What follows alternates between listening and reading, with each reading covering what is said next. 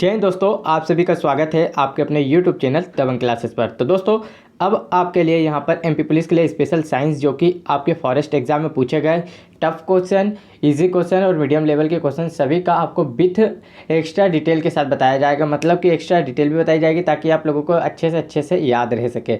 उसके बारे में आपको ट्रिक भी बताई जाएगी, कैसे याद करना है क्वेश्चन को, कैसे आपको याद रह सकता है, ये सब कुछ और फुल डिटेल में बताया जाएगा। तो सबसे बेस्ट होगा कि जो प्रीवियस ईयर एग्जाम हाल ही में व्यापम ने कराए हैं, इन्हीं क्वेश्चन को डिटेल में पढ़ के जाए तो आपके एमपी पुलिस कांस्टेबल एग्जाम में साइंस अधिकतर सही होने के चांस रहेंगे। तो देखिए, आज हम डेली यहाँ पर देखें तो 1 से 2 सेट यहाँ पर जो फॉरेस्ट एग्जाम हुआ था, पटवारी एग्जाम हुआ था, इनके लेके पूरे क्वेश्चन को सॉल्व करेंगे। तो देखिए, यहाँ पर आज हम देखेंगे 6 जून की फर्स्ट शिफ्ट जो फॉरेस्ट एग्जाम हुआ था, इसके ओनली जो साइंस के क्वेश्चन पूछे गए थे वे सभी क्वेश्चन के हम आपको एक्स्ट्रा डिटेल के साथ बताने वाले हैं। अब जैसे क्वेश्चन दिया गया है, ये क्वेश्चन को आप लोग नहीं समझ पाएंगे, तो यही चीज़ हम आपको फुल डिटेल के साथ यहाँ पर बताएंगे तो आपको समझ में आएगा। देखिए, जैसे बोला गया है कि पहला क्वेश्चन पूछा गया था, वो जानवर क्या कहलाते हैं जिनके विकासशील भ्रूण में तीसरी जर्मिनल परत होती है। तो ये क्वेश्चन को अब आपको ओनली याद करना रहता है तो आप डिप्लोब्लास्टिक याद करके आगे बढ़ जाते हैं, परंतु इसके बारे में एक्स्ट्रा आपको बताएंगे तो इनसे क्या होगा, आप लोगों को लंबे समय तक याद रहेगा जो आपके एग्जाम में फ़ायदा देने वाला है। तो देखिए, डिप्लोब्लास्टिक क्या होता है, इसका मतलब एक ऐसा जीव होता है जिसमें शरीर के ऊतकों की उत्पत्ति 3 स्पष्ट परतों विशेष रूप से एक्टोडर्म, एंडोडर्म और मेसोडर्म से हुई होती है। तो ये 3 परत रहती है, कौन सी, एंडोडर्म रहती है और एक्टोडर्म रहती है। ये सभी आपको याद रखना है क्योंकि आजकल साइंस जो है डीपली पूछे जाने लगा है। और मेसोडर्म होती है, ये 3 परत जिसे हम कहते हैं, ये कहा गया है ना तीसरी परत, तो ये जो मेसोडर्म होती है तीसरी परत होती है, ठीक है, डिप्लोब्लास्टिक कहलाती है। इसके बाद आप लोगों को यहाँ पर ध्यान रखना है कि देखिए कौन सी ऊपर वाली परत होती है, कौन सी नीचे वाली परत होती है और कौन सी केंद्रीय परत होती है जो बीच में होती है। तो जो एक्टोडर्म होती है ये ऊपरी परत होती है और एंडोडर्म जो होती है निचली परत होती है और केंद्रीय परत कौन सी रहती है, मेसोडर्म रहती है। इसके अलावा इन परतों का निर्माण कहाँ होता है, तो किसके द्वारा होता है ये पूछा जा सकता है, तो गैस्ट्रुलेशन के द्वारा होता है। किसके द्वारा होता है, गैस्ट्रुलेशन के द्वारा होता है। डिप्लोब्लास्टिक जानवर वे जानवर जिनमें भ्रूण के विकास के दौरान एंडोडर्म और एक्टोडर्म के बीच तीसरी रोगाणु परत बनती है जिसे मेसोडर्म कहते हैं। मैंने कहा ना, ये वाली जो तीसरी परत बनती है ये मेसोडर्म कहलाती है और बाकी जो 2 परतें रहती है उसे क्या कहा जाता है, एक्टोडर्म और एंडोडर्म कहा जाता है, जो कि डिप्लोप्लास्टिक कहलाती है। इन दोनों के जब पूछेगा तो ये 2 परत बनती है, ठीक है, एंडोडर्म और एक्टोडर्म बनती है। और जब डिप्लोप्लास्टिक पूछेगा तो इसमें कौन कौन सी बनती है, एंडोडर्म, एक्टोडर्म और मेसोडर्म बनती है। ये आप लोगों को याद रखना है। ये परत बहुकोशिकीय जानवरों में देखा जा सकता है। जैसे अगर उदाहरण दें तो फ्लैटवर्म होते हैं, आर्थ्रोपोडास होते हैं, कार्डेक्स होते हैं, प्लेंटीहेलमिंथेस होते हैं, एनालिडीज होते हैं और इसके अलावा मोलास्का, ये सभी क्या है, इनके उदाहरण हैं। चलिए नेक्स्ट क्वेश्चन की ओर चलते हैं। नेक्स्ट क्वेश्चन पूछा गया है, सिस्टम के गतिज ऊर्जा और गतिज ऊर्जा को एक साथ लेने पर किसका निर्माण होता है, तो गतिज ऊर्जा का ही निर्माण होता है। कोई भी सिस्टम लेंगे उसकी जो गतिज ऊर्जा रहेगी और उसके साथ जो गति बन रही है उसकी गतिज ऊर्जा को लेंगे तो कौन सी ऊर्जा का निर्माण होगा, गतिज ऊर्जा का निर्माण होता है। तो राइट आंसर क्या हो जाएगा, गतिज ऊर्जा हो जाएगा। नेक्स्ट क्वेश्चन देखिए, नेक्स्ट क्वेश्चन पूछा गया है, निम्नलिखित में से कौन सा सही नहीं है। तो 4 ऑप्शन आपको दिए गए, इसमें बताना है निम्नलिखित में से कौन सा सही नहीं है। और अगर आप लोगों को वीडियो अच्छा लग रहा हो तो वीडियो को लाइक करना, चैनल पर नए तो चैनल को जरूर सब्सक्राइब कर लेना, क्योंकि जब भी हम आपके लिए इससे एक्स्ट्रा डिटेल भी आपके लिए ला सके और एक्स्ट्रा जो क्वेश्चन है चैप्टर वाइज भी हम आपके लिए तैयार कर सके। तो ज़्यादा से ज़्यादा लोगों को जोड़े, ज़्यादा से ज़्यादा अपने दोस्तों में वीडियो को शेयर करें। देखिए, यहाँ पर पूछा गया है, तो यहाँ पर इनमें से कौन सा सही नहीं है। तो देखिए राइट आंसर क्या दे रहा है, अपक्षेपण प्रतिक्रिया विलय लवण उत्पन्न करती है। तो देखिए, जो अपक्षेपण अभिक्रिया होती ना वो विलय लवण उत्पन्न नहीं करती। कौन सा लवण उत्पन्न करती है, तो अविलय लवण उत्पन्न करती है। कौन सा, जो अपक्षेपण अभिक्रिया होती है वो अविलय लवण उत्पन्न करती है। तो राइट आंसर क्या हो जाएगा, अविलय लवण उत्पन्न करती है। अब आप लोग सोच रहे होंगे कि हम डायरेक्ट PDF डाउनलोड कर ले उसमें से पढ़ ले, तो आप लोगों को इसके बारे में पता भी रहना चाहिए। तो हम वही चीज़ आपको एक्स्ट्रा डिटेल में बताएंगे ताकि आप लोगों को पता चल सके, एग्जाम में क्वेश्चन आए इसको अगर घुमा के बोल दे तो ये क्वेश्चन आपको पता रहेगा तो आसानी से आप लोग कर सकते हैं। ये एक रासायनिक अभिक्रिया है जो जलीय विलयन में होती है। जब 2 आयन एक साथ मिलकर एक अविलय का निर्माण करते हैं तो यही क्या है, अपक्षेपण अभिक्रिया कहलाती है। ऑक्सीजन का योग और हाइड्रोजन का ह्रास यह ऑक्सीकरण कहलाता है। जैसे कि ये देखिए, यहाँ पर क्या बोल रहा है, ऑक्सीजन की हानि और हाइड्रोजन का लाभ अपचयन कहलाता है, ठीक है। और इसके अलावा बोल दे ऑक्सीजन की हानि हो रही है, जब योग होगा मतलब कि लाभ होगा और हाइड्रोजन की हानि होगी तो क्या होगा, ऑक्सीकरण होगा। ये दोनों आपको अभिक्रिया याद रखना है, ये भर भर के क्वेश्चन यहाँ पर देखने को मिलेंगे आगे, क्योंकि यही क्वेश्चन रिपीट बार बार बन बन के हुए हैं। तो जब ऑक्सीजन की हानि होती है तो इतना याद रखना आप लोग, हाइड्रोजन को छोड़ दीजिए, सिर्फ इतना रखिए कि जब ऑक्सीजन की हानि होगी तो अपचयन होगा और ऑक्सीजन का लाभ होगा तो ऑक्सीकरण होगा। ये आप लोगों को याद रखना है। इसके अलावा तो ये सभी सही दी गई कि अपघटन अभिक्रिया संयोजन अभिक्रिया के विपरीत होती है, क्योंकि अपघटन में क्या होता है, सभी चीज़ अलग अलग होती है, मतलब दूर दूर होना, कोई भी चीज़ का टूटना होता है। संयोजन का मतलब क्या होता है, मिलना होता है, मतलब एकजुट होना होता है। और देखिए दो अलग अलग परमाणु या परमाणुओं के समूह का आदान प्रदान दोहरे विस्थापन अभिक्रिया में होता है। ये सभी अभिक्रिया में आपको फुल डिटेल के साथ बताने वाला हूँ और आपको ट्रिक से डायरेक्ट आप लोगों को विथ इतने अच्छे से सॉल्यूशन कराएंगे कि आप लोगों को याद रह जाएगा। देखिए यहाँ पर नेक्स्ट क्वेश्चन पूछा गया है, निम्नलिखित में से कौन सी धातु है। तो राइट आंसर क्या हो जाएगा, कैल्शियम। कैल्शियम जो कि क्या है, धातु है। और आप सभी को पता है धातु और अधातु किसे कहते हैं। तो आवर्त सारणी आपने देखा होगा, ये कैल्शियम क्या है, पहले और दूसरे वर्ग में आता है, पहले या दूसरे वर्ग में आता है। देखिए कैल्शियम, तो ये वाली जो पहले वर्ग की जो धातु है उसे क्या कहते हैं, क्षारीय धातु कहते हैं। दूसरे वर्ग की धातु को क्या कहते हैं, क्षारीय मृदा धातु कहते हैं। और ये 20 नंबर पर आता है कैल्शियम, तो ये क्या हो गया, दूसरे वर्ग में आता है। तो क्षारीय मृदा धातु मतलब ये सभी धातु है। और कार्बन क्या है, अधातु है। इसके अलावा नाइट्रोजन ऑक्सीजन क्या है, गैस है। तो आप सभी के लोगों को इतना तो याद रहेगा। नेक्स्ट यहाँ पर देखिए, नेक्स्ट पूछा गया है, प्रोथ्रोम्बिन जो रक्त का थक्का जमने के लिए जिम्मेदार है के इस द्वारा स्त्रावित होता है। तो जो प्रोथ्रोम्बिन है वो रक्त का थक्का जमाने के लिए जिम्मेदार है, वो किसके द्वारा स्त्रावित होता है, मतलब किसके द्वारा निकलता है, बनता है। तो रक्त प्लेटलेट्स के द्वारा बनता है। किसके द्वारा बनता है, रक्त प्लेटलेट्स के द्वारा बनता है। इसके बारे में आपको याद रखना है। देखिए कभी कभी क्वेश्चन में क्या बोल देता है, रक्त प्लेटलेट्स ना लिखते हुए लिख देता है रक्त बिंबाणु। इसको प्योर हिंदी में क्या कहते हैं, तो रक्त बिंबाणु कहते हैं। इतना भी ध्यान रखना है, क्योंकि क्वेश्चन कभी व्यापम अधिकतम से अधिकतम हिंदी बोल देता है। तो ये आपको प्लेटलेट से याद रहेगा, परंतु रक्त बिंबाणु आप भूल जाओगे। तो रक्त बिंबाणु भी आप लोगों को याद रखना है कि रक्त प्लेटलेट्स को क्या कहते हैं, रक्त बिंबाणु भी कहते हैं। ये केवल मानव रक्त और अन्य स्तनधारियों में पाया जाता है, ठीक है। जो प्रोथ्रोम्बिन है ना, वो मानव रक्त और अन्य स्तनधारियों में पाया जाता है। विटामिन के की मदद से रक्त प्लाज्मा के प्रोथ्रोम्बिन और फाइब्रोजन का निर्माण होता है। अगर पूछ लिया जाए कि जो प्रोथ्रोम्बिन और फाइब्रोजन जो होता है विटामिन प्रोटीन, इनका निर्माण किससे होता है, किसकी मदद से, तो विटामिन के की मदद से होता है। और जो कि विटामिन के सभी को पता है किस लिए जिम्मेदार होता है, रक्त का थक्का जमाने के लिए होता है। और इसी के निर्माण से क्या होता है, प्रोथ्रोम्बिन भी रक्त का थक्का जमाता है। रक्त के थक्का बनाने के लिए मुख्य प्रोटीन अगर पूछ लिया जाए, मुख्य प्रोटीन पूछेगा तो कौन सा होगा, फाइब्रोनोजेन होगा। कौन सा होगा, फाइब्रोनोजेन होगा। ये आप लोगों को याद रखना है। और प्रोथ्रोम्बिन भी जमाता है, इतना आप लोगों को पता रहना चाहिए। नेक्स्ट देखिए, नेक्स्ट पूछा गया है, पटसन मूंग अथवा ग्वार आदि उगा देते हैं। और जैसे आपने देखा होगा फसल उगाने के समय पहले खेतों में क्या किया जाता है, कुछ पौधे जैसे कि पटसन मूंग ग्वार आदि उगा देते हैं। तत्पश्चात उन पर हल चलाकर खेत की मिट्टी में मिला दिया जाता है। तो इसे क्या कहा जाता है, हरी खाद कहा जाता है। ये तो नॉर्मल सा फैक्ट वाला क्वेश्चन था, इसमें ज़्यादा डिटेल की आवश्यकता नहीं होगी।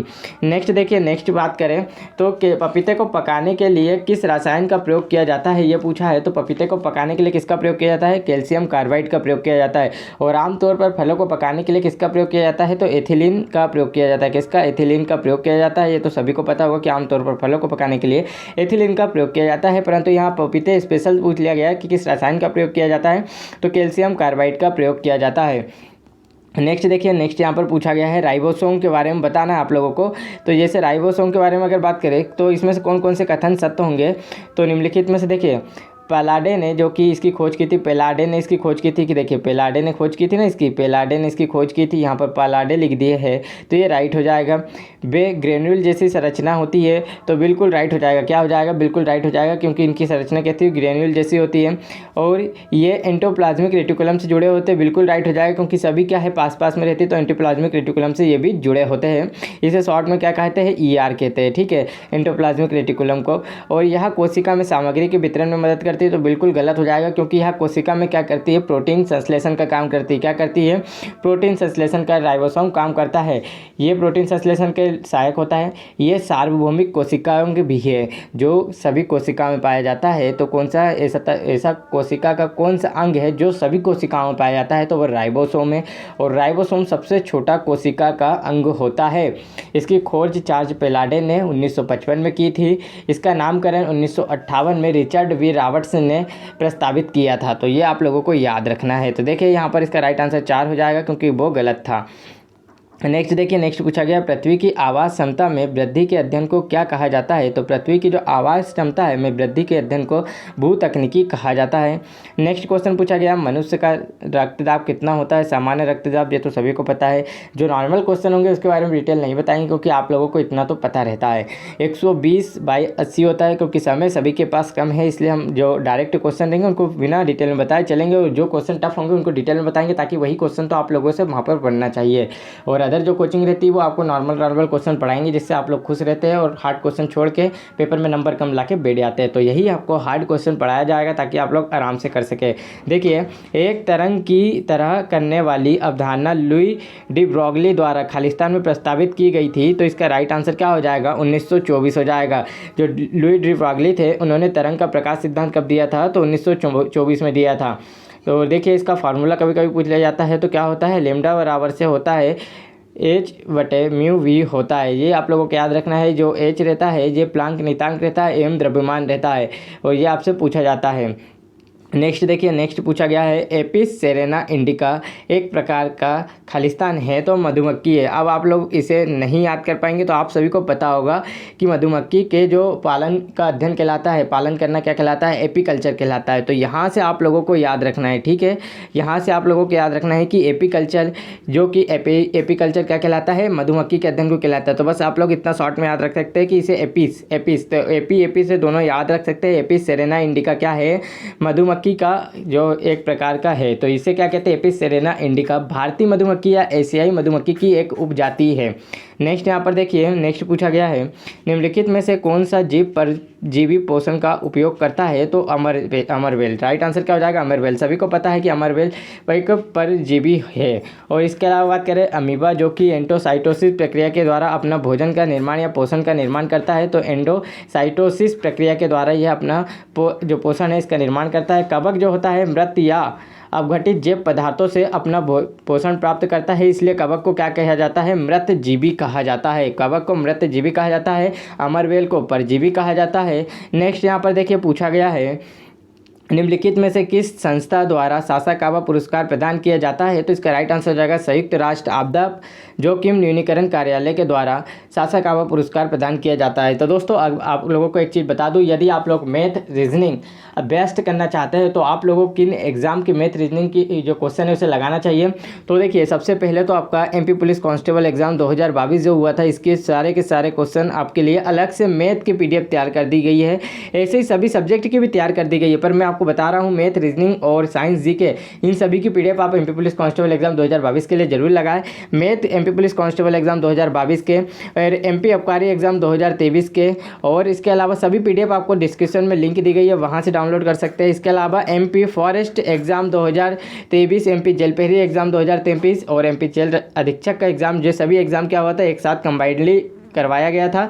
इसके अलावा MP पटवारी एग्जाम 2023 इन सभी की सब्जेक्ट वाइज यानी सेपरेट PDF भी यहाँ पर तैयार कर दी गई है। इसके अलावा कंबाइंड PDF भी आपको डिस्क्रिप्शन में लिंक दी गई है, वहाँ से आप लोग डाउनलोड कर सकते हैं या डायरेक्ट आप इस नंबर से जाकर भी ले सकते हैं। ये नंबर आपको दे रहा हूँ, इसके जरिए भी आप डायरेक्ट यहाँ पर ले सकते हैं व्हाट्सएप के जरिए। चलिए यहाँ पर नेक्स्ट अगर बात करें, नेक्स्ट पूछा गया है क्वेश्चन जेम्स चैडविक ने खोजा है। तो जेम्स चैडविक ने किसकी खोज की थी, न्यूट्रॉन की खोज की थी। प्रोटॉन की खोज किसने की थी, तो गोल्डस्टीन ने की थी, ठीक है।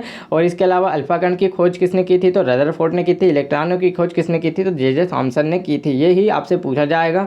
नेक्स्ट देखिए, नेक्स्ट पूछा गया है जब एक अवतल दर्पण वस्तु के ठीक उसी आकार का प्रतिबिंब बनाता है तो इसका अर्थ किसी वस्तु के स्थान पर होगा। तो ये वक्रता केंद्र पर होता है। आप सभी को पता होगा वक्रता जो आपका अवतल दर्पण रहता है उसमें क्या चलता है, एक क्रम चलता है। पहले एक इधर से जाता है तो ये क्या रहता है, इसके बीच में रहता है, फिर एक ऐसे आपको मैं इसको फुल डिटेल में आपको अवतल दर्पण के बारे में बताऊंगा। तो अभी तो इसको याद रखना है, वक्रता त्रिज्या पर एकदम क्या रहता है, दोनों एक बराबर प्रतिबिंब बनाते हैं समान आकार के, ठीक है।